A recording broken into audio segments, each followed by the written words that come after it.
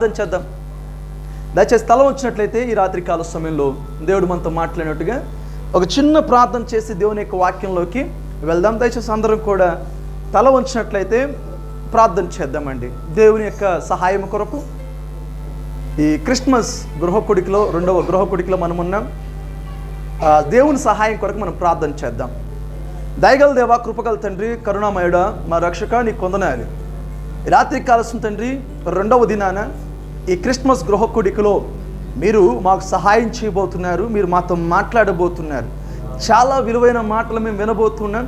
అయ్యా, వినగలిగిన చెవులను, గ్రహించే మనసును మాకు దయచేయండి.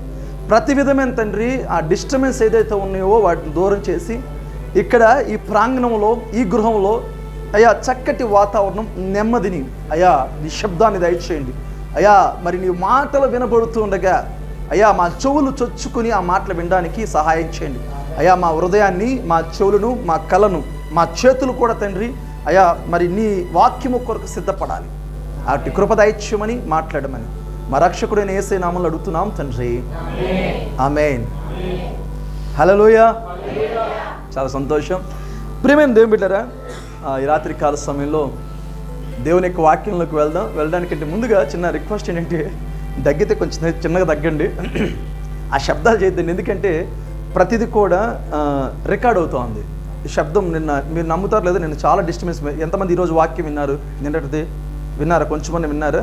చాలా డిస్టర్బెన్స్ ఉంది కనుక కొంచెం చిన్న అవాయిడ్ చేద్దాం. ఓకేనండి? కొంచెం అంటే సరిపోద్ది.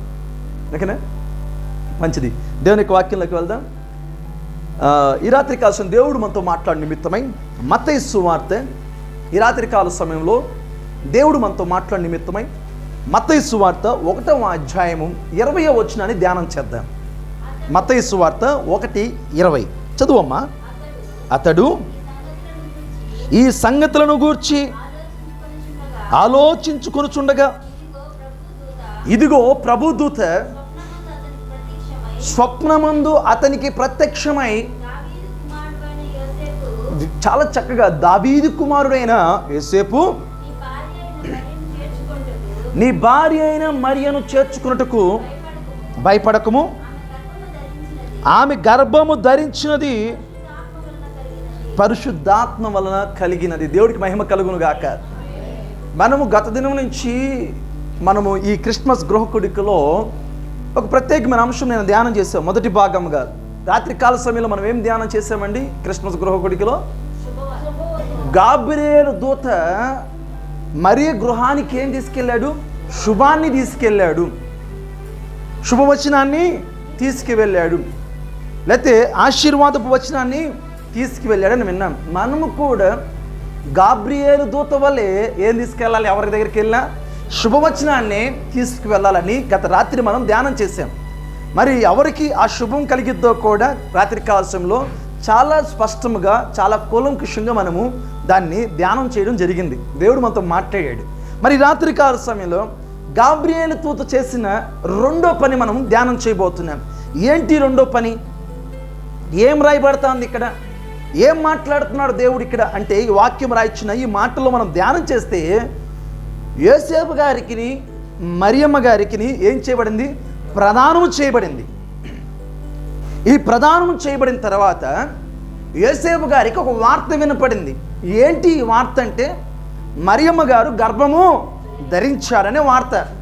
కానీ యోసేపు గారు దాని విషయమై కనీసము మరియమ్మ దగ్గరికి వెళ్ళలేదు, వారి తల్లిదండ్రుల దగ్గరికి వెళ్ళలేదు, దాని గురించి ఎక్కడ కూడా విచారణ చేయలేదు. ఆ విచారణ ఏది చేయకనే ఆయన ఒక డెసిషన్ తీసుకున్నాడు. ఏంటి డెసిషన్ అంటే, మరియను ఏమంట రహస్యముగా ఆమె పరువు తీసేసి, ఆమె నానా గందరగోళం పెట్టేసి, ఆమెని తప్పుడు దానిలాగా బయట ప్రపంచానికి చూపించేసి పరువు నష్ట దావా వేసి అంత స్థితి అక్కడ ఏది కూడా లేకుండా రహస్యముగా, ఇదిగో నిన్ను వివాహం చేసుకోవడం నాకు ఇష్టం లేదన్న రీతిగానే ఆయన మౌనమైపోయి ఏం చేస్తున్నాడంటే దాని గురించి తర్జన భర్జన అవుతున్నాడు. చూడండి, అతడు ఆ సంగతులను గురించి ఆలోచించుకొనుచుండగా, స్టిల్ అప్పటికి కూడా ఆమెను విడనాడాలనుకున్నప్పటికీ కూడా, ఆమెను వదిలిపెట్టేద్దాం అనుకున్నప్పటికీ కూడా ఆయన దేని గురించి ఆలోచిస్తున్నాడంట? దేవుని నామానికి మహిమ కలుగునుగాక. హృదయంతరంగాలు ఎరిగిన వాడు మన దేవుడండి. మనకి ఏది కావాలో ఏది అవసరమో సమస్తాన్ని ఎరిగిన దేవుడు మన రక్షకుడు. యోసేపు ఒక విధంగా ఒక డెసిషన్కి వచ్చేసాడు. ఆ డెసిషన్ ఏంటంటే ఆమెను విడనాడాలి. కానీ ఇక్కడ ఒక రహస్యం ఉందండి. యూదుల యొక్క మతాచార ప్రకారం ఒక అమ్మాయి ఒక అబ్బాయితో అంటే దాన్ని ఏమంటాం, ప్రదానము చేయబడిన తర్వాత, ఎంగేజ్మెంట్ చేయబడిన తర్వాత ఏమంట అమ్మా అరంటారు, ఎంగేజ్మెంట్ చేయబడిన తర్వాత దాదాపు ఏమండి, దాదాపు 1.5 సంవత్సరము ఎంతండి వారు సైలెంట్ పీరియడ్ మెయింటైన్ చేస్తారు. ఇప్పుడేం తెలుసా, అమ్మాయిని చూసినా పొద్దున కింద పెళ్ళి అయిపోతుంది. అది చూడంగానే ప్రేమ పుట్టేస్తుంది. పొద్దునకంతా ఆ ప్రేమ చిగురించేసి మొగ్గైపోయి మొలకెత్తేసి అసలు మామూలుగా లేదు ఈ రోజుల్లో. కానీ ఆ దినాల్లో అలాగే లేదండి. ఆ దినాల్లో ఏంటంటే ఒక సైలెంట్ పీరియడ్ ఉంటుంది.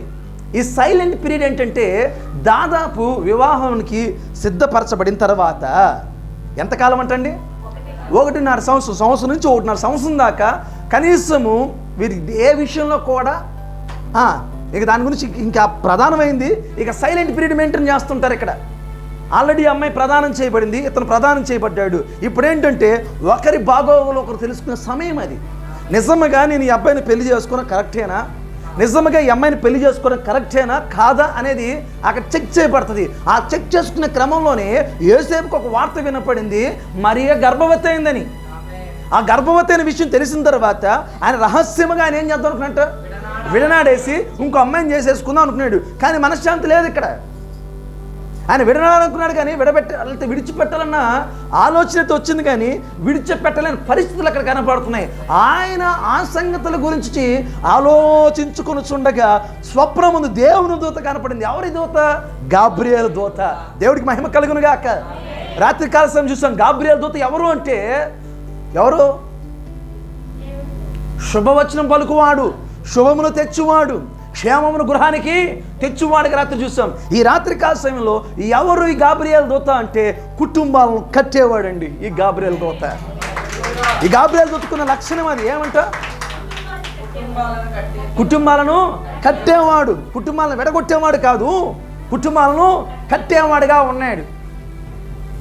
ఏం చేస్తున్నాడు? యోసేపుకు ప్రత్యక్షమై యోసేపుతో మాట్లాడడం మొదలుపెట్టాడు. ఏమని మాట్లాడుతున్నాడు చూద్దామండి. ఇక్కడ ఇదిగో ప్రభుదూత స్వప్నమందు అతని ప్రత్యక్షమై, దావీదు కుమారుడైన యోసేపు, నీ భార్య అయిన మరియను, the one of the wonderful word was written here. ఏమంటాడు సార్? మరియా ప్రదానం చేయబడింది, నిస్తార్థం చేయబడింది అంటున్నా. He declared it. ఆయన దాన్ని ఏం చేశాడు? డిక్లైర్ చేసేసాడు, దాన్ని స్థాపించేసాడు. ఈ మాటను ఏమంటాడు సార్? నీ భార్య అయిన మరియను. దేవుడికి మహిమ కలుగును గాక. ఆయన ఒక వాక్యాన్ని లేదా వాక్కుని దూత చూసారా చాలా క్లియర్గా, ఎంత స్టాండర్డ్గా ఈ మాట మాట్లాడుతున్నాడు సార్. నువ్వు ప్రదానం చేయబడిందే ఆ అమ్మాయి అంటలేదండి, నువ్వు నిస్తార్థం చేయబడిందే ఆ అమ్మాయి అంటలా. దూత డిక్లేర్ చేసిన ఒక విషయం ఏంటంటే నీ భార్య అయిన మరియా. ఆయన విడదీసి మాట్లాడతలేదు, కలిపి మాట్లాడుతున్నాడు. ఆయన విడగొట్టే కార్యక్రమం చేయట్లేదు, కలిపే కార్యక్రమం చేస్తున్నాడు. మరి క్రిస్మస్ దినాల్లో నీవైనా నేనైనా నేర్చుకోవాల్సిన ఒక అంశం ఏంటంటే కలపడము చాలా కష్టము, విడగొట్టడం చాలా సులువు. యోసేపుకి ఎవడు చెప్పాడో తెలియదు వార్త, యోసేపు చెవులు ఎవడు ఊదాడో తెలియదు వార్త. మరి ఆ వార్త ఊదినోడికి ఒక విషయం తెలియాలి, అసలు మరియమ్మ ఎలా గర్భవతి అయిందో తెలియాలి. మరియమ్మ గారు చాలా క్లియర్గా ఒక ఉత్తమమైన రాలు, ధన్యురాలు అని బైబిల్ సెలవిస్తుంది. ఆ ధన్యురాల దగ్గరికి ఆ విషయం అంతా తెలిసిన వ్యక్తి ఎవరంటే మరియే. యోసేపుకి ఆల్ రైట్స్ ఉన్నాయి ఎవరితో మాట్లాడడానికి. He can go through the Mariya, he can ask what happen, ఎలా ఏం జరిగింది, అసలు నువ్వు ఎలా గర్భం ధరించావని అడిగే హక్కు ఆయనకు ఉంది. కానీ అంత హక్కు కలిగిన ఆయనలో ఉన్న ఒక గొప్ప లక్ష్యం దేవుడు కనుక్కున్నాడు. దూత ఆయన దగ్గరికి వెళ్ళడానికి గల కారణం అంటే ఒక విధంగా చెప్పాలంటే ఆ దినాల్లో ఒక స్త్రీ అంటే ప్రదానం చేయబడిన ఒక స్త్రీ, ఎవరండి?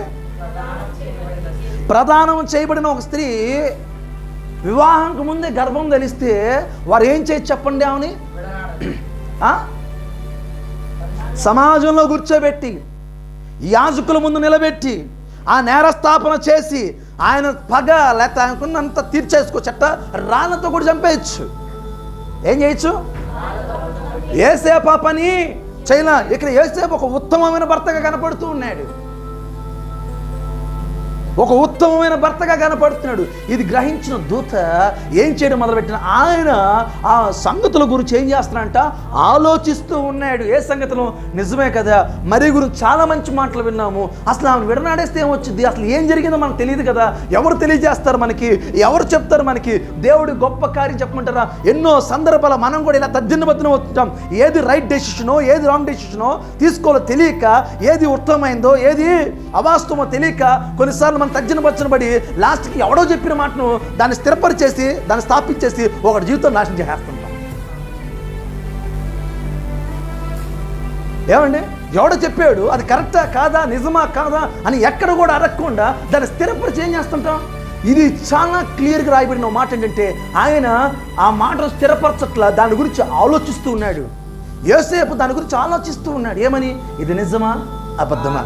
ఒకవేళ నిజమైతే మరియ గురించి నేను ఎన్నో మాటలు విన్నాను కదా, ఆమె ఉత్తమరాలు కదా, ఆమె యథార్థవంతురాలు కదా, ఏ పురుషుని ఎరగింది కదా, ఏ పురుషుని కూడంది కదా, ఏ పాపం చేయింది కదా, తన భక్తిలోనో విశ్వాసంలోనో రక్షణలోనో చాలా స్థిరంగా నిలబడింది కనుక ఇటువంటి మరియను నేను విడనాడుతున్నాను. అది నిజమా?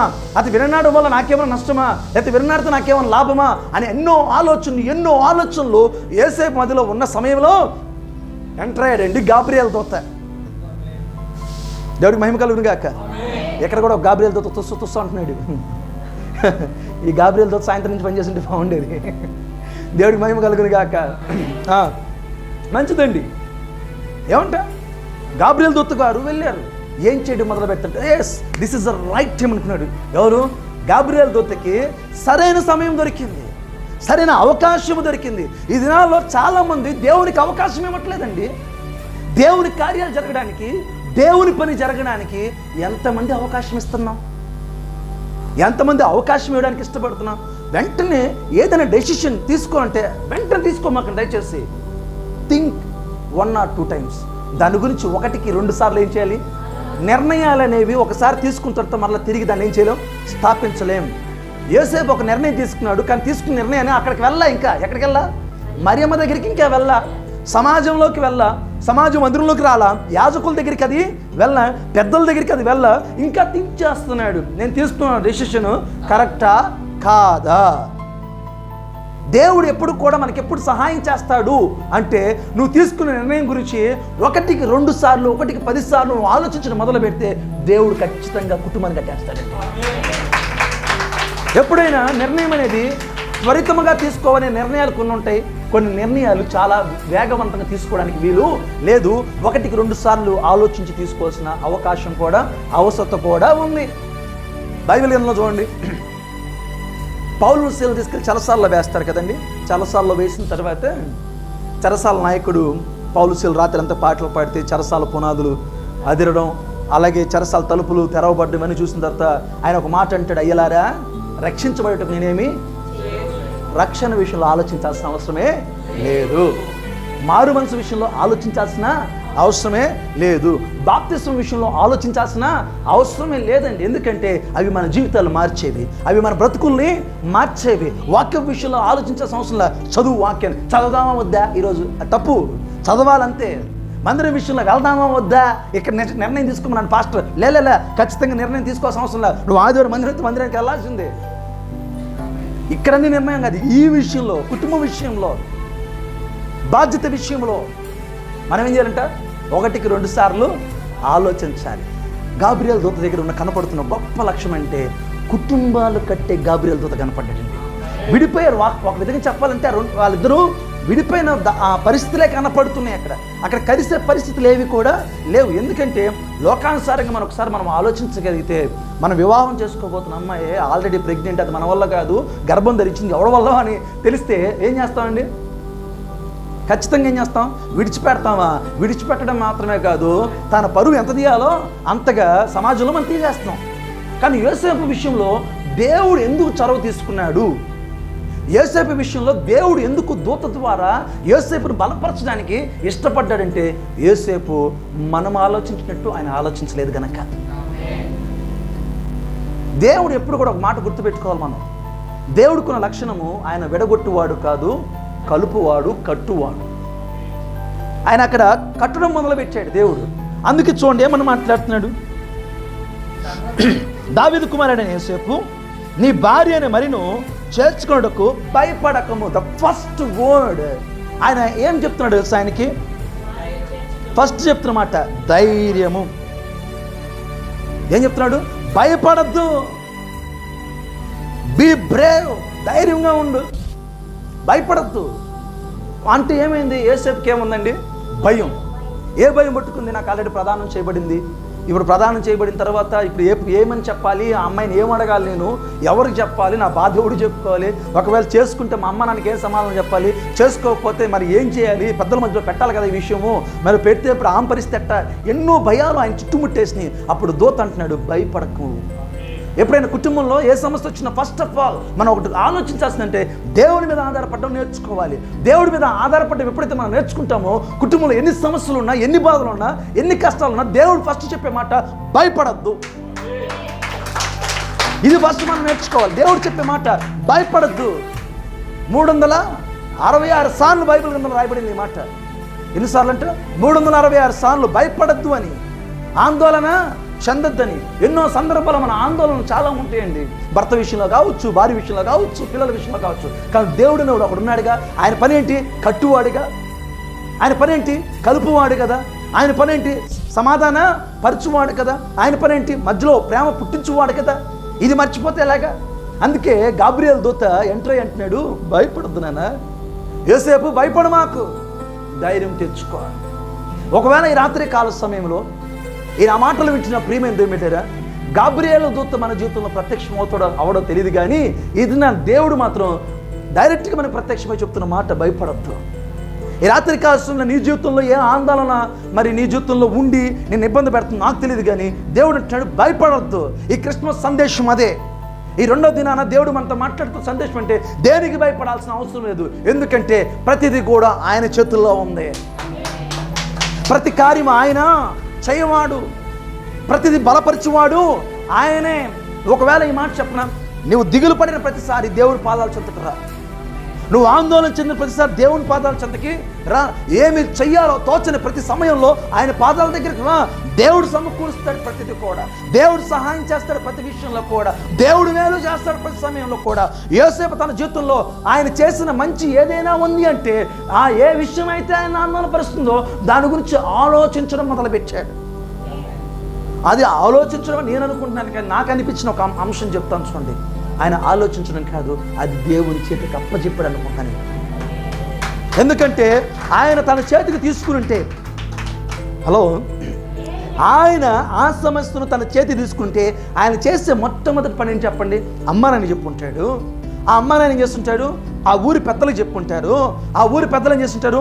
సమాజ మందిరంలోకి పోయి యాజకులకి చెప్పుంటారు. ఆ యాజకులు ఏం చేస్తుంటారు? మరి అక్కడ నిలబడు, బాబు నువ్వు ఎడ నిలబడు, ఏంది మీ పరిస్థితి అంటే, మా నీ గర్భం ఎట్టొచ్చిందంటే, అయ్యా పరిశుద్ధాత్మలో నాకు గర్భము కలిగిందని మొత్తం వివరించి చెప్పాలి. ఎవడు నమ్మేవాడు? ఈ లోకంలో అనుమానాలు ఎక్కువ కానీ నమ్మకాలు తక్కువగా. ఈ లోకంలో మనిషిని ఏలుబడి చేస్తున్నారు సార్, అనుమానమే, నమ్మకం కాదండి. ప్రతి కుటుంబం కట్టబడేది నమ్మకం మీదే. ప్రతి విశ్వాసం కట్టబడేది సార్ నమ్మకం మీదే. దేవుడు అంటాడు, చూచు నమ్ముడు కంటే చూడక నమ్మవాడు ధన్యుడు అన్నాడు ఆయన. ఈరోజు దేవుడు ఎలా ఉంటాడో నాకు తెలియదు, నీకు తెలియదు, కానీ వాక్య రూపేణ నేను దేవుడిని చూస్తున్నాను. ఆయన కార్యరూపంలో దేవుణ్ణి చూస్తున్నాను. ఆయన చేసే అద్భుతాలు నాకు కనపడుతూ ఉన్నాయి. ఆయన చేసే కార్యాలు నాకు కనపడుతున్నాయి. బతుకులు మార్చాడు, జీవితాలు మార్చాడు, వ్యక్తుల్ని మార్చిన యేసు ప్రభువు నాకు కనపడుతున్నాడు అండి దినాన. అందుకే అంటాడు, చూచి నమ్ముడు కంటే చూడక నమ్మవాడు ధన్యుడు. మరీ చెప్తే నమ్మేవాళ్ళు, కానీ యోసేపు చేసిన పని సార్ నాకు అనిపించింది. దాని గురించి ఆలోచిస్తున్నాడు అంటే నాకు అప్పుడు అర్థమైన మాట అంటే, ఆయన దేవుని చేతికి ఆ సమస్యను అప్పచెప్పాడు కనుకనే దేవుడు గాబ్రియేలు దూత ద్వారా, గాబ్రియేలు అనగా ఎవరు? మెసెంజర్. గాబ్రియేలు ఎవరు?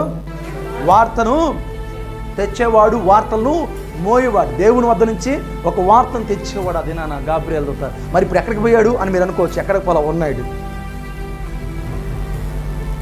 గాబ్రియల్ దూత మాయమైపోయాడు అనుకోమాకండి. దేవుడు తన దూతల ద్వారా మనతో ఎప్పుడు మాట్లాడుతుంటాడు. తన దూతలు ఎప్పుడు కూడా మనకు కావాలి ఉంటుంటాడు. మన ప్రయాణంలో దూతలకు కావాలి ఉంటారు, మన కుటుంబాలకు కావాలి, మన బిడ్డలకు కావాలి, వాళ్ళు మన పనులకు కావాలి, మన ఉద్యోగాలకి, మన వ్యాపారాలకి, ప్రతి దానికి దేవుడు తన దూతలు మనకు కావాలా పెట్టాడండి. వారు ఎక్కడికి పోలా, వారు ఎప్పుడు నిత్యం మనల్ని కాస్తూనే ఉంటారు. దేవుడి మహిమ కలుగును గాక. అందుకే ఇక్కడ కనపడుతున్న మాట అంటే కుటుంబాలు కట్టే గాబ్రియల్ కనపడుతున్నాడు. అందుకే ఆయన ఎలా కడుతున్నాడు కుటుంబానికి వెళ్ళిపోయి, అవునవునవును యేసేపు నాకు ఈ వార్త వినపడింది. ఏం చెప్పాలి? నాకు ఈ వార్త వినపడింది. అబ్బబ్బబ్బా, మరి అట్లాంటి పని చేసిందయ్యా, భలే కలంకం తెచ్చేసిందయ్యా అని చెప్పి ఇండైరెక్ట్గా పోయి యోసేపుతో మాట్లాడతలా. చాలామంది చెప్తుంటారు తెలుసా, 100 అబద్ధాలు అయినా 1000 ఉందా, 100 100 అబద్ధాలైనా ఒక పెళ్ళి చేయాలి. నేనంటాను అది రాంగ్ కాన్సెప్ట్ అండి. ఉన్నది ఉన్నట్టు చెప్పండి, లేని ఎందుకు. ఆ మధ్యకాలంలో నేను ఒక వివాహం గురించి విన్నా. వివాహం ఏంటంటే నా దగ్గర కూడా వచ్చింది, నాకు కొంచెం దగ్గర బంధువులు అండి. మీ బావగారు సింగపూర్లో ఉంటాడయ్యా అన్నాడు. మా బావ సింగపూర్, అప్ప మా అక్కకి పెళ్ళి అయిపోతుంది, సింగపూర్ ముగ్గుడు వస్తున్నాడు మా అక్కకి, ఏదో ఒక విధంగా మనం కూడా సింగపూర్కి వెళ్ళిపోవచ్చు అని చెప్పి అంటే మా వాళ్ళు బంధువులు కదా, వాళ్ళు ఫోన్ చేసి మీ బావగారితో మాట్లాడతావా అన్నారు. మా బావగారితోనా, చేయమండి, నేను నెంబర్ ఇస్తే మీ ఏమో అన్నాడు, మాట్లాడతారు. మా బావగారు చేశారు, అది ఐఎస్డి కాలు, అది మన ఇండియా నెంబరే కాదు. నేనే మా బావగారు మీ సింగపూర్ చాలా బిజీగా ఉంటావు, వెరీ గుడ్ బావగారు, సూపర్ అండి, అంత బాగానే ఉంది. మా వాళ్ళన్నీ ఎవడు చెప్పాడు విన్నారు. వీళ్ళు కూడా ఈనేసి ఏం చేశారు, వాడికి మా అక్కకి మా బావగారికి పెళ్ళి అయిపోయింది. ఎప్పుడు అడిగిన యాడన్నా అంటాడు, సూపరు, ఎన్ని అబద్ధాలు ఆడి తెలియదు కానీ సింగపూర్ గురించి బాగానే అబద్ధాలు ఆడి గట్టిగా పెళ్లి చేసేసారు. పెళ్ళి కూడా అయిపోయింది, సింగపూర్ వాడితో చేశారు. మనకు అక్కకి ఏదో పని పడి ఒక ఊరికి వెళ్ళింది. అంటే ఆ ఊరికి ఈ ఊరికి దాదాపు ఒక 30 కిలోమీటర్ల పైన ఉంటుంది. మా అక్క ఆ ఊరికి వెళ్ళింది అనమాట. వెళ్తే మా బావగారు అక్కడ ప్రత్యక్షమయ్యారనమాట. సింగపూర్ బావగారు సింగపూర్లో లేడు. మా బావగారు ఏం చేస్తానంటే సింగపూర్లో చికెన్ కొడతాడే తెలియదు కానీ అక్కడ చికెన్ షాప్లో చికెన్ కొడుతున్నాడు. ఈడేంటి నా మొగుళ్ళలాగే ఉన్నాడు, సింగపూర్లో ఉండాల్సిన ఆడున్నాడు, చికెన్ షాప్లో ఉన్నాడు. ఎన్ని అబద్ధాలు ఆడాలి? 1000 ఆడతావా, 100 ఆడతావా, ఎన్ని అబద్ధాలు ఆడి పెళ్ళి అయితే చేశారు. గుండెగా పగిలిపోయా. సింగపూర్ ఆడాక సింగపూర్ లేదు, ఏం లేదు, జీవితం విడిపోయారు. కుటుంబమే నాశనం అయిపోయింది, కూలిపోయింది ఆ జీవితాలు. ఎందుకంటే సార్ ఒక వ్యక్తుల్ని అంటే ఒక అబ్బాయిని లేదా ఒక అమ్మాయిని ఇద్దరిని కలపడము it is not an easy thing అండి. వాస్తవం మాట్లాడుకోవాలి, ఇప్పుడు కూడా ఉన్నది ఉన్నట్టే మాట్లాడుకోవాలి. లేని విషయాలను మనం ఎప్పుడు కూడా ప్రస్తావించి ఇద్దరు పెళ్ళిళ్ళు చేసేసి వాళ్ళని కలిపేసి వారు గందరగోళం చేయాల్సిన అవసరం లేదు. నాకు ఇక్కడ కనపడింది ఏంటంటే గాబ్రియల్ దూత ఫస్ట్ యోసేపుని ఏం చేయడం మొదలుపెట్టంటే ధైర్యపరచడము మొదలుపెట్టాడు. ఆ విడిపోతున్న ఆ కుటుంబాన్ని, కూలిపోతున్న ఆ ఇద్దరు జీవితాలను ఏం చేయడం మొదలుపెట్టాడు, ధైర్యపరిచాడు. మీకు నమ్ముతారు లేదో అదే ధైర్యాన్ని ఎవరికి ఇచ్చారు చెప్పండి? భయపడద్దు. ఏమన్నాడండి మరియమ్మతో కూడా, నువ్వు భయపడతా, అదే ధైర్యం అక్కడే ఇచ్చాడు. అదే ధైర్యం ఎక్కడ ఇచ్చాడండి? యోసేపు కూడా అదే ధైర్యం ఇచ్చాడు. ఆయన ఆ ధైర్యం ఇచ్చిన తర్వాత అస్సలు విషయానికి వస్తాడండి. చూడండి ఏం మాట్లాడుతున్నాడు చూడండి. ఇప్పుడు ఏమన్నాడు, నువ్వు భయపడమాకయ్యా, ధైర్యంగా ఉండు, ఇప్పుడు నేను నీతో మాట్లాడబోతున్నాను. నేను ఇప్పుడు ఏమేమి మాట్లాడబోతున్నానో అవి అబద్ధాలు అయితే కాదు కానీ అవి వాస్తవాలు. ఇప్పుడు యోసేపుకి ఏం చెప్తాయి, దేవుడు చెప్తున్నాడు మరి అది పెళ్లి చూసుకున్నాడు. యోసేపు ఏం చేస్తాడు చెప్పండి? వెళ్ళి ఖచ్చితంగా చేసుకున్నాడు. ఎందుకు? చెప్పింది దూత, మామూలు వ్యక్తి కాదు. ఇక్కడ మాట్లాడింది గాబ్రియల్ దూత.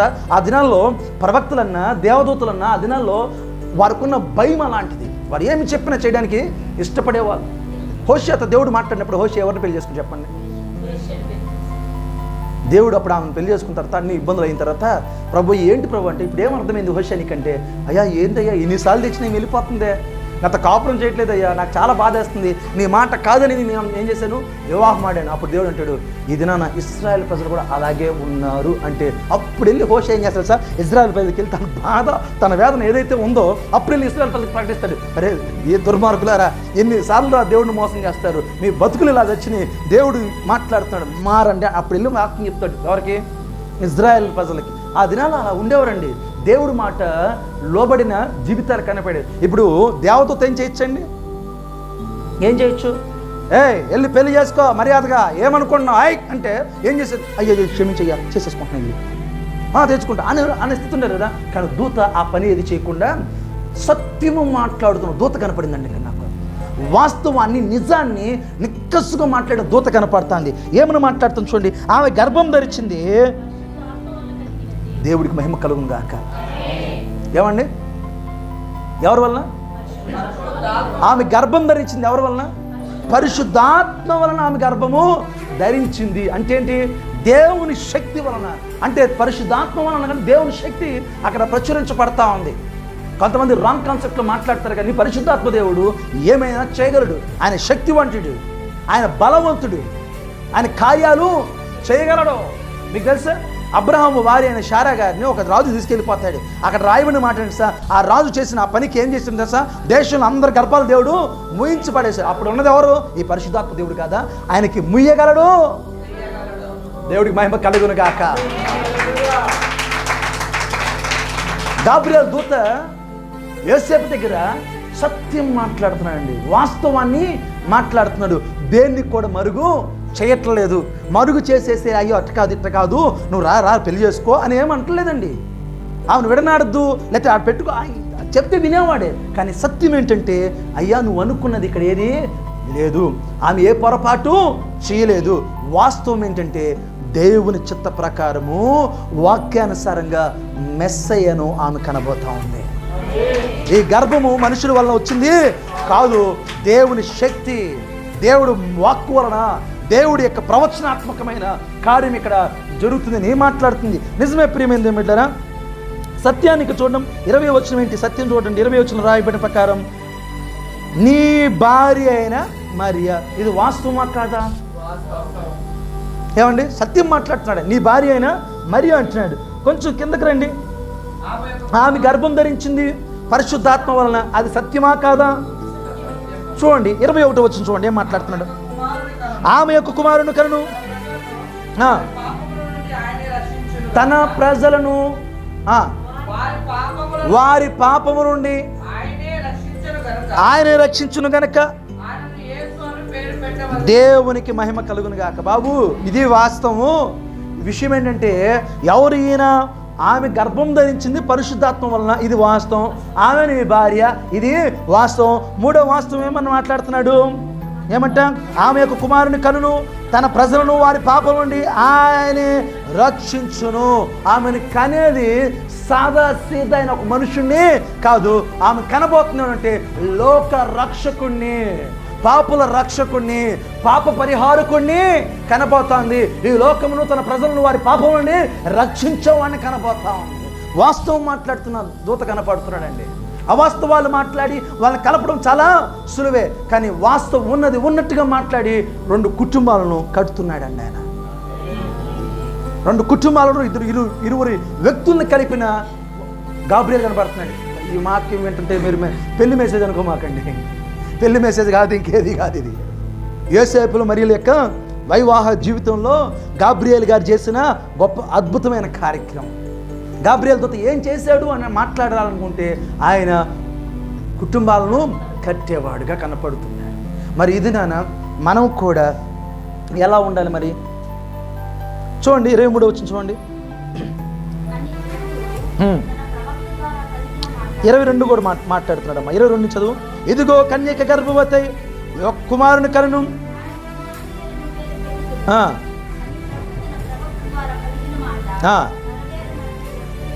దేవుడికి మహిమ కలిగిన కాక. యోసేపు, మరి నీకు ఎవరు చెప్పారు తెలియదు మరి గర్భవతి అయిందని, కానీ నీకేమైంది తెలుసుకున్నావు, చాలా సంతోషం. కానీ ఆమె గర్భవతి అయింది ప్రవచనం యొక్క నెరవేర్పు.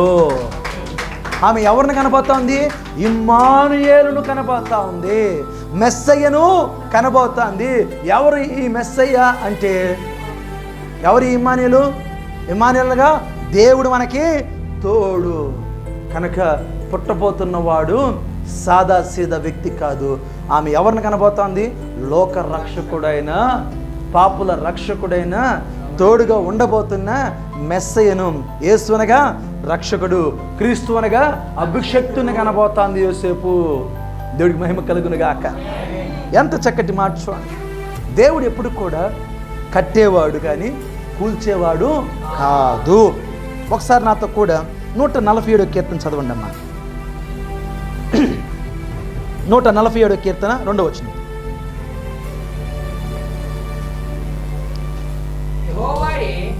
యెహోవాయే యెరూషలేమును కట్టువాడు, చెదరిన ఇశ్రాయేలును పోగు చేయవాడు. దేవుడికి మహిమ కలుగును గాక. దేవుడి పని అంటాడు, యెహోవాయే యెరూషలేమును కట్టువాడు. కింద ఒక మాట అంటది, చెదిరిన అమ్మమ్మమ్మ, అది కాదమ్మా, 2వ వచనం, చెదిరిన ఇశ్రాయేలును. దేవుడికి మహిమ కలుగును గాక. చెదిరిపోయిన వాడిని ఆయన ఏం చేస్తాంట? ఒకసారి ఈ రాత్రి ఒకవేళ నేను ఒక మాట మీకు బలపరిచే ఒక మాట చెప్తా, స్థిరపరిచే ఒక మాట చెప్తా. ఒకవేళ కుటుంబాల్లో మనం ఒకవేళ భార్య భర్తలుగా ఉన్నామంటే ఉండి, పిల్లలుగా ఉన్నామంటే ఉండి, ఏదో తల్లిదండ్రులుగా ఉన్నామంటే ఉండి, మా అమ్మ నాయన ఉన్నారంటే ఉండి, అత్త మామలు ఉన్నారంటే ఉండి మనం బ్రతుకుతుంటే అది జీవితం కాదండి. దేవుడు చెదరిన మన జీవితాలను కట్టబోతున్నాడు. చెదరిన మన కుటుంబాలలో కట్టువాడిగా కనపడుతున్నాడు. ఈ చెదరిపోవడానికి కారణం కూడా ఒకడు ఉన్నాడు. ఆడి గురించి మనం అర్థం చేసుకోవాలి. కుటుంబాలు చెదరిపోవడానికి కారణం ఎవరు? తల్లిదండ్రుల మధ్య, పిల్లల మధ్య సమాధానం లేకుండా చేసేవాడు ఎవడు? భార్య భర్తల మధ్య సమాధానం లేకుండా చేసేవాడు ఎవడు?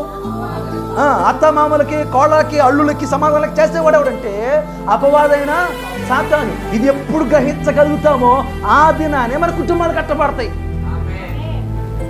ఆ దినానే మన జీవితాలు కట్టబడతాయి. ఇంకొక మాట కూడా మీకు తెలియజేస్తానండి. నేను ఒక మాట చెప్తా, మీకు కల్లారా చూసిన దాన్ని మాత్రమే మాట్లాడండి, చూడని దాని గురించి ఎప్పుడు మాట్లాడదు. ఇది చాలా ప్రాముఖ్యం. ఎందుకంటే కొన్ని జీవితాలు, వారి జీవితాలు చాలా ముడిపడి ఉంటాయండి.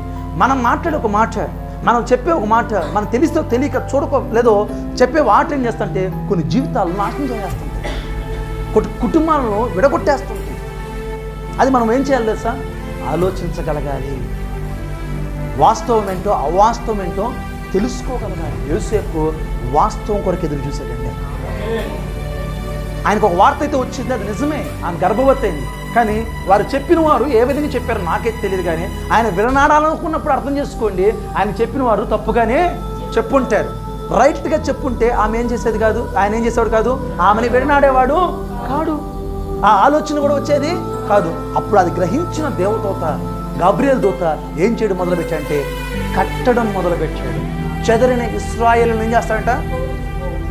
అదే అంటున్నాడు. ఒకవేళ ఈ రాత్రి కాల సమయంలో మన పని ఏంటి మరి? చెదరగొడుతున్నావా లేకపోతే పోగు చేస్తున్నావా? బైబిల్ అని చూడండి, తప్పిపోయిన ఒక గొర్రె కోసం 99 గొర్రెలు వదిలిపెట్టలేడండి ఆయన. అది దేవునికి మనస్సు. తప్పిపోయిన ఒక నాణ్యం కోసం ఆ రాత్రి అంతా ఆమె ఏం చేస్తుంట? ఆమె దీపం వెలిగించి చీపురు తీసుకొని ఉన్నంత ఊడ్చింది. అది దేవుని మనస్సు. తప్పిపోయిన కుమారుడు గురించి మాట్లాడితే వాడు ఎప్పుడు తిరిగి వస్తారని చెప్పి వాడి కొరకు ఎదురు చూసారా? వాడు రాగానే వాడి మేడ మీద పడి ముద్దు పెట్టుకొని వాడు పోగొట్టుకున్నాడు మరి తిరిగి ఇచ్చే చూసారా? అది దేవుని మనస్సు. మొత్తం పోగొట్టుకున్నాడు. ఒంటి మీద గుడ్డలు లేవు, చెప్పులు లేవు, ఆ వంగరాలు ఏమైనా తెలియదు, మెడలో ఆ చైన్లు ఏమైనాయో తెలీదు, ఆ అందం ఏమైంది, ఆ స్వరూపం ఏంది, అన్ని పోగొట్టుకున్నాడు. రాగానే తండ్రి అంటాడు వాడి మెడ మీద పడి ముద్దు పెట్టుకొని, ఇదిగో ఈయన తప్పిపోయిన కుమారుడు మరలా నాకు దొరికిను, వీడికి స్నానం చేయించండిరా, వాడికి వంగనం తొడగండ్రా, విలువైన వస్తువులు వాడికి తొడిగి చెప్పులు తొడగండ్రా బాబు అంటున్నాడు. ఇదిగో ఈయన తప్పిపోయిన కుమారుడు మాకు మరలా దొరికినని చెప్పి ఏం చేశాను రాబడింది? విందు చేశాను. దేవుడికి మహిమ కలుగును గాక. That is our God's heart. మన దేవుని మనస్సు అదండి. ఈ రాత్రి కాసు ఈయన మాట్లాడించిన ప్రియమైన దేవుడు, దేవుని మనస్సు నీ మనస్సు ఒకటైతే మాత్రం కార్యాలు చేయగలుగుతాడు దేవుడు. మరి దేవుని మనసు ఇదే కదా, కలపడమే దేవుని మనస్సు. గాబ్రియల్ మనసు ఏమైంది? కలపడమే గాబ్రియల్ మనసు అయింది కదా. అక్కడ చూడండి ప్రియమైన దేవుడు, 2వ వచనం 3వ వచనం చదవండి. కీర్తన 147 3వ వచనం. గుండె చెదరిన వారిని ఆయన బాగు చేయవాడు, వారి గాయములను కట్టువాడు అంట. అర్థం కాదా మీకు? గుండె చెదరిన వారంటే గుండెకి ఏమైంది? ఇప్పుడు గాయమైపోయింది. ఆ గాయం ఎవడూ మానట్లేదు. కొన్నిసార్లు మన జీవితాలు తెలుసా, గాయాలు రేపేవారు ఉంటారు మనకి. గాయాల మీద మరి చక్కగా కావాలంటే ఆ కారమో ఆ మసాలానో ఇంకా ఉప్పు ఏవేవో చెల్లి ఆ గాయాన్ని ఏం చేస్తుంటారు, ఇంకా రేగొట్టి ఇంకా ఏమైనా చేయగలరు వాళ్ళు. దేవుడికి మహిమ కలుగును గాక. హల్లెలూయా. ఒకసారి వింటున్నారు ఈ మాట? ప్రియమైన దేవుని, ఒక్కసారి మనం ఆలోచిద్దాం ఈ మాట. ఏమంటా? దేవుడు ఎవరంటండి? గుండె చెదరిన వారిని బాగు చేయవాడు ఆయనే, వారి గాయాలు కట్టువాడు కూడా ఆయనే. దేవుడు ఏం చేయగలడు అంటే ఏం చేయగలంటే మన గాయాలను. మరి రాత్రికి ఆలోచన, మన పని ఏంటి? ఏమండి, మీరు చూడండి ఎహెజ్కేలు గ్రంథంలో 36 వచ్చి చదువు సార్, ఇంకా కొంచెం క్లియర్గా ఉంటుంది. ఎహెజ్కేలు గ్రంథము 36వ అధ్యాయం 36 వచ్చి చదువుదాం. అప్పుడు యెహోవాను నేను, వింటున్నారా, పాడైపోయిన స్థలములను కట్టువాడని. దేవుడికి మహిమ కలుగును గాక. బాగున్న దాన్ని ఎవడైనా బాగు చేయగలడు. ఏమండి, బాగున్న దాన్ని ఎవడైనా బాగు చేయడు. బాగులేని దాన్ని బాగు చేయడమే కదా ముఖ్యం. ఇప్పుడు డాక్టర్ దగ్గరికి వెళ్ళాం, బాగా ఆరోగ్యంతో వెళ్ళాం. ఆ డాక్టర్ స్టెతస్కోప్ అన్ని పెట్టి, థర్మామీటర్ పెట్టి ఏం చేస్తాడు, ఇంకా బీపీ అవన్నీ చెక్ చేసి, బాగున్నావు సార్, నేను బాగున్నాను, నాకు తెలుసు, కాదు నేను కాదు బాగలేదు, వాడు నువ్వు చూడాల్సింది ఆడికి. అర్రే అంటాడు ఆయన. లేకపోతే ఇంకో 100 మంది డాక్టర్లు ఉంటారులే, మనం ఎవరిని తప్పబట్టాల్సింది కాదు. బాగున్నాడు కూడా గుడికాయ తీసి ఇంకో గుండెకాయ పెట్టేస్తుంటారు. కిడ్నీ ట్రాన్స్ప్లాంట్ అంటుంటారు, తీసి కిడ్నీ కూడా వేసేస్తుంటారు. లేనిపోయిన భయాలు కూడా పుట్టిస్తుంటారు ఈ డాక్టర్లు కొంతసార్లు. అందరూ అంటలేదండి, దయచేసి తప్పుగా అనుకోదు. కొందరు ఉన్నారు మనుషుల్ని భయాలు పుట్టించే డాక్టర్లు కొంతమంది ఉన్నారు. కానీ నేనంటాను, ఆయన ఎవరంటండి, పాడైపోయిన దాన్ని. సూపర్ అండి. ఇది నాన్న మనం ఎవరమండి అసలు? ఒకప్పుడు పాపం చేత ఏడవబడి కొట్టబడి ఈ లోకంలో మన జీవితాలు ఎలా అయిపోయినాయి, పాడైపోయిన జీవితాలు మనవి. కానీ దేవుడు సార్ పాడైపోయిన ఈ జీవితాన్ని బాగు చేసి ఇక్కడ నిలబెట్టాడండి, సజీవ లెక్కలో నిలబెట్టాడు. వాస్తవం చెప్పాలంటే ఆ దినాన మరి జీవితం ఒకవైపు పాడైపోతా ఉంది, యేసేపు జీవితం కూడా ఒకవైపు పాడైపోతుంది. కానీ గాబ్రియల్ దూత ఆ పాడైపోతున్న ఆ 2 జీవితాలను ఏం చేసట, మధ్యలో నిలబడి ఇద్దరిని భయపడద్దు సమాధానపరిచి ఐక్యపరిచాడండి. మీరు చూడండి ప్రియమైన దేవుని బిడ్డలారా, నేను ఒక మాట చూపించి ముందుకు వెళ్తాను. చూడండి 24 వచనం, మత్తయి సువార్త 1:24.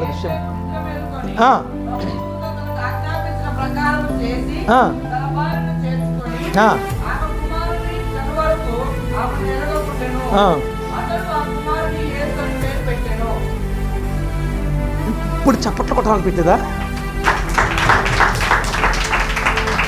వదిలేద్దాం అనుకున్నాడు, విడిచిపెట్టేద్దామని అనుకున్నాడు. ఒకవేళ మీరు ఆలోచించాలి, ఒకవేళ యేసేపు మరియను చేర్చుకోకపోయిన పరిస్థితి ఏంటి? ఎన్ని అవమానాలు, ఎన్ని ఇబ్బందులు, ఎంత ఎదుర్కో ఉండాలి మీరు అనుకుంటున్నారా? మనం మగోడు ఎన్ని చేసినా కూడా చెల్లుబాటు అయిపోద్ది ఈ లోకంలో. స్త్రీలు చిన్న పొరపాటు జరిగినా ఇంకేం జరిగినా కూడా దాన్ని మోసే వాళ్ళు చాలామంది ఉంటారండి. మొగోడు రా, తప్పు చేస్తాడు, ఏముంది నీకు బుద్ధేది అమ్మాయి అంటారు. ఆడపిల్ల కనపడంగానే ఒంటికాల మీద వేసేవాళ్ళు చాలామంది ఉంటారు. నీకు బుద్ధి లేదే.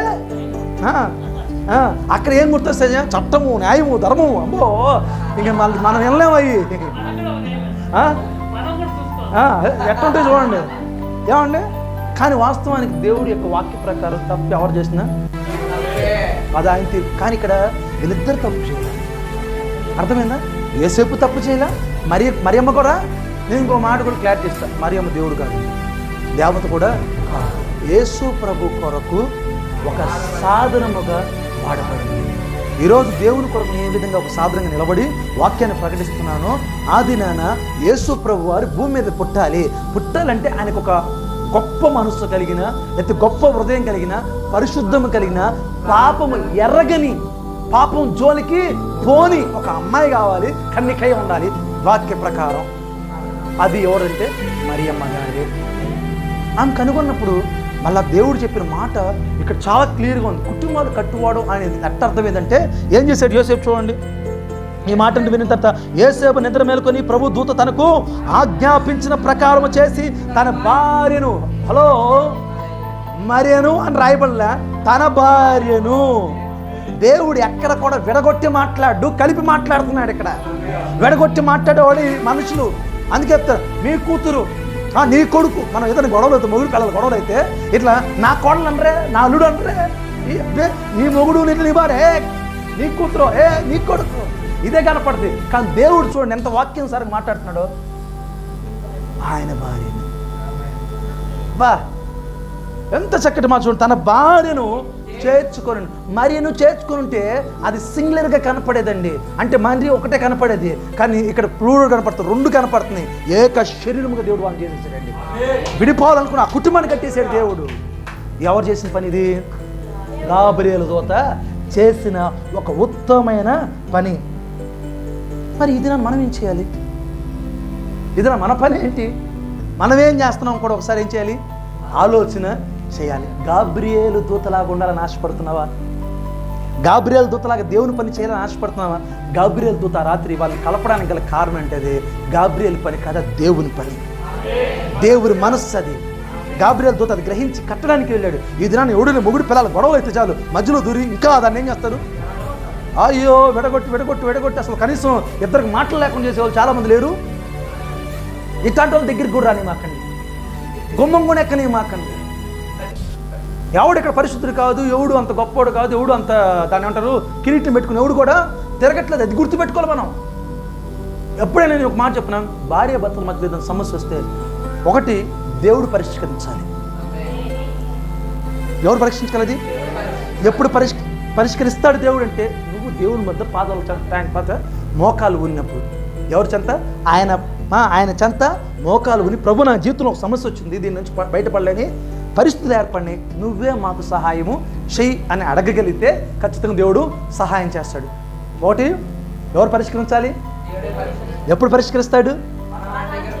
మూడోది ఇద్దరు కలిసి సమాధాన పడాలి. అది ఏదైనా కూడా కాదు, నా తెలిసిన అది ఏదైనా కానీ ఇద్దరు సమాధాన పడగలిగితే మూడో వాడు ఎవడు కూడా అక్కడికి రాడు. ఈ పొలాలు పెట్టేవాళ్ళు, కుచ్చులు పెట్టేవాళ్ళు, విడగొట్టేవాళ్ళు ఎవడు రాడండి. ఎందుకంటే మీరు అనుకుంటున్నారు ఇద్దరు వ్యక్తులు జత చేయబడ్డారంటే ఏదో వాళ్ళకి దాని అంటే లోక సంబంధంగా మనం మాట్లాడుకుంటాం కదా, వాళ్ళకి ఒక్కొక్కరు ఇష్టమైపోయారు, ప్రేమించుకున్నారు, ఇంకొకటి రకరకాలుగా మాట్లాడతారు కదా. ఇష్టం లేకుండా పెళ్లి చేసుకునే ఊరు చూపించండి. ఏమండి అమ్మా, పెద్దవాడు చాలా అనుభవం కలిగినారు. ఎంతమంది కొడుకులమ్మా?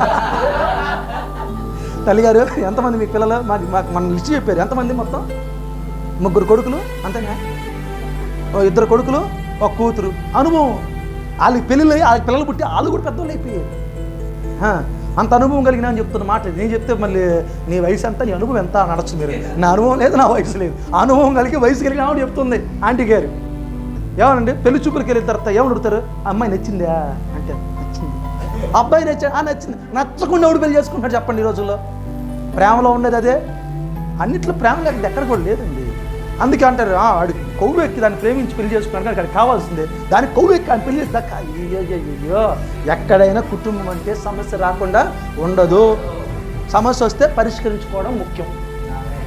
అది ఇంకొకటి చేతిలో పెట్టకుండా మన చేతిలో మనం తీసుకొని దేవుని చేతికి అప్పచెప్పగలిగితే దేవుడు గొప్ప కార్యం చేస్తాడు.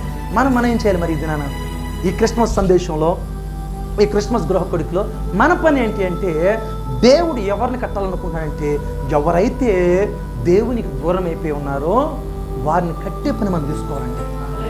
వాక్యంలో పడిపోయినారా? కట్టండి వారిని వాక్యంలో. ప్రార్థనలో పడిపోయారా? కట్టండి ప్రార్థనలో. విశ్వాసంలో పడిపోయారా? కట్టండి విశ్వాసంలో. మందిరానికి దూరం అయిపోయారా? పోయా మంచి పని చేసాం, మందిరం కాగిపోయి. ఏమంట? చాలా మంచి పని చేసినాం, మందిరానికి ఆగిపోయి. అయ్యో దయచేసి పనులు చేయమాకండి, కట్టే పని చేయండి.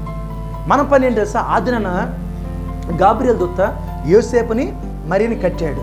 ఈ దినాన మనం చేయవలసింది సార్ ఒక విశ్వాసం దేవునితో కలుపుదామండి. ఇది మన బాధ్యత, ఇది మన పని. ఒక ఆత్మైన మన ద్వారా ఏం చేయబడాలి సార్? రక్షించబడాలి. కనీసం ఒక్క ఆత్మను ఏం చేయాలన్నా దేవుని సన్నిధికి మనము నడిపించగలాలి. దేవుని ప్రేమించే వారికి రుచి చూపించగలగాలండి. కడుదామండి. వారి హృదయాలు కూడా బద్దలైపోయింటాయి. యేసు నామంలో ఏమంటాడైనా గుండె చదరం అని బాగు చేసి దేవుడు మన ప్రాణాన్ని చూపిద్దాం. పాడైపోయిన పట్టణాలను కట్టువాడు ఉన్నాడని వారికి, పొరములు కట్టువాడని వాళ్ళకి చూపిద్దామండి. మన బాధ్యత ఇది. కనుక గాబ్రియేలు దూతలాగా ఉండడానికి ఇష్టపడుతున్నావా? అయితే కుటుంబాలు కడదాం, చదరిపోయిన వారిని కడదాం, పాడైపోయిన వారిని కడదాం. ఇది మన పని అండి. అంతే తప్ప ఇంకొక పని మన దేవుడు అప్పచెప్పలే. వేరే పనులకు వెళ్ళిపోయి లేనిపోయి ఉన్నవి తెలియని ఆ మిడిమిడి జ్ఞానంతో మనం వెళ్ళిపోవడం వల్ల ఎన్నో జీవితాలు మనం ఏం చేస్తాం? నాశనం చేయవారుతాం. ఆ నాశనానికి కారకులు మనమే కనుక దేవుడికి లెక్క చెప్పాల్సిన బాధ్యత కూడా మనదే. కనుక ఈ క్రిస్మస్ సందేశంలో లేదా ఈ 2వ దినాన గృహ కొడుకులో గాబ్రియేలు దూత నుంచి మనం నేర్చుకున్న ఆ అంశం ఏంటంటే కుటుంబాలను కట్టిన గాబ్రియేలు. యోసేపు మరియమ్మ జీవితాన్ని కట్టిన గాబ్రియేలు మనకి కనపడుతున్నాడు. కనుక మనం కూడా ఈ రాత్రి కాల సమయంలో మన వద్దకి ఎటువంటి సమస్య వచ్చినా మన బాధ్యత ఏం చెప్పండి? విడగొట్టాలా, కలపాలా? ఏమండి వాక్యం చెప్తుంది, విడగొట్టడం మన పని కాదు. ఎవరి పని అది? సాతాను పని. అది కట్టడం ఎవరి పని? దేవుని పని. అటువంటి దేవుని పని మనం చేయగలిగితే ఖచ్చితంగా దేవుడు మనల్ని బట్టి ఆనందిస్తాడు. ఆ ఆనందం ఊరికే పోదు, దాని తగిన ప్రతిఫలము, దీవెన, ఆశీర్వాదం మనం అనుభవించబోతున్నాం. తల వంచుదామా, ప్రార్థన చేసుకుందాం. తల వంచుదామా, ప్రార్థన చేద్దాం. ఈ రాత్రి కాల సమయంలో దేవుడు మనతో మాట్లాడిన ప్రకారం గాబ్రియేలు దూతలు అన్న ఆ లక్షణాన్ని మనము చూస్తున్నాం. ఎవరండి గాబ్రియేలు? కుటుంబాలను కట్టినవాడు. ప్రార్థన. ఒకసారి మనం కూడా ఆలోచిద్దాం. నిజంగా ఒకవేళ ఎప్పుడైనా పొరపాటుగా తెలుసో తెలియక ఏదైనా మాట్లాడేసేమేమో, ఒకసారి మనం కూడా ఏం చేద్దాం? ఆలోచన చేసుకొని మన ముందుకి కొనసాగుదాం. ప్రార్థన. తల ఉంచుదామా, ప్రార్థన చేద్దాం. దయగల దేవా, కృపగల తండ్రి, మా రక్షక మహోన్నతుడా, మీ కొందనాలు.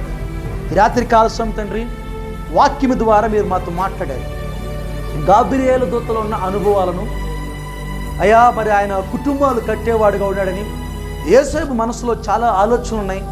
విడనాడాలా, లేకపోతే ఆమె తీసుకొచ్చి మరలా జీవితం కొనసాగించాలా ఏంటి అని సందిగ్ధ పరిస్థితులు దాని గురించి ఆలోచించుతుండగా గాబ్రియేలు దూత వెళ్ళి సరైన సమయంలో ఆయన ధైర్యపరిచి, సరైన ఆలోచించి, వాస్తవం ఏంటో, నిజమేంటో, సత్యమేంటో తెలియచేసి, ఇదిగో ఇది నిజము, ఇది వాస్తవము, దయచేసి నువ్వు అపార్థం చేసుకున్నావు అని చెప్పి ఆయన మరలా సరిచేసినప్పుడు యోసేపు వెళ్ళి ఆమెను చేర్చుకొని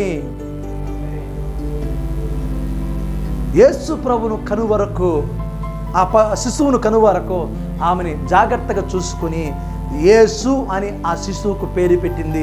తండ్రి స్థానంలో నిలబడి యేసేపే కదయ్యా. నిజంగా ఈ రాత్రి కాల్సిన మరి మేమేం చేయాలంటే, అయ్యా మేము కూడా అయ్యా ఎవరైతే చెదిరిపోయి ఉన్నారో ఆ కుటుంబాలు కట్టాలయ్యా. ఏ కుటుంబంలో కలతలు ఉన్నాయో ఆ కుటుంబంలో వెళ్ళి ఆ కలతలు లేకుండా వారి కొరకు ప్రార్థన చేసే వ్యక్తులుగా మేము ఉండాలి. సమాధానపరిచే వ్యక్తులుగా మేము ఉండాలి. ధైర్యపరిచే వ్యక్తులుగా మేము ఉండాలి తండ్రి. అయ్యా నీ పని జరిగించేవారుగా మేము ఉండాలి తండ్రి. పాడైపోయిన కుటుంబాలు, పాడైపోయిన పట్టణాల కొరకు తండ్రి కన్నీరు కార్చి అయ్యా ఇర్మియా ప్రవక్త వలె ప్రార్థించే వ్యక్తులుగా మేము ఉండాలయ్యా. నీ సహాయం మాకు దయచేయండి, నీ కృప మాకు దయచేయండి. ఇదిగో తండ్రి ఈ రాత్రి కాల సమయంలో తండ్రి మీరు ఇచ్చిన ఈ వర్తమానం బట్టి వందనాలు తెలియజేస్తున్నాం. విశేషంగా తండ్రి అయ్యానైనా మరి ఈ కుటుంబాన్ని బట్టి ప్రార్థన చేస్తున్నాం తండ్రి. ఇక్కడ చేరిన ప్రతి ఒక్క బిడ్డను కొరకు ప్రార్థన చేస్తున్నాం తండ్రి. అయ్యా నైనా ఈ కుటుంబాలను కట్టండి. జకరియా బ్రదర్ బట్టి, ఎలిజబెత్ అమ్మని బట్టి ప్రార్థన చేస్తున్నాం. ఆ దినం తండ్రి బైబిల్ గ్రంథంలో జకరియా గారు, ఎలిజబెత్లు అయ్యా ఏ విధంగా ఉన్నారో మేము వాక్యానుసారం చూస్తున్నాం. ఎలిజబెత్ అమ్మ తండ్రి మరియమ్మ గారిని చేర్చుకున్నాం, బలపరిచిన అనుభవాలు కూడా మేము చూస్తున్నాం తండ్రి. అయ్యా ఈ కుటుంబం కూడా ఆ రకంగా తండ్రి అయ్యా నీ పనిలో, నీ పరిచయలో అయ్యా నాన్న యాజక ధర్మం జరిగించే అయ్యా కృపను కూడా వీరు దయచేయమని అడుగుతున్నాం.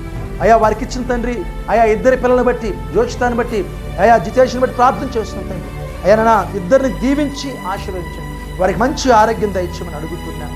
అయ్యా ఇరు కుటుంబాలు అయ్యా నాన్న మరి బ్రదర్ వాళ్ళ అమ్మ నాన్నగారిని, ఆ కుటుంబాలను, వాళ్ళ అన్నదమ్ములను, సిస్టర్ వాళ్ళ అమ్మ నాన్నగారిని, వాళ్ళ అక్క చెల్లెలను, ఆ కుటుంబాలను జ్ఞాపకం చేసుకుని వారి జీవితాలు కూడా బలపరచమని అడుగుతున్నాను. అలాగే వచ్చిన ప్రతి బిడ్డను పేరు పేరు చొప్పున దీవించమని, ఆశీర్వదించమని మా రక్షకుడును మహోన్నతుడైన యేసు నామములో అడుగుతున్నాము తండ్రి.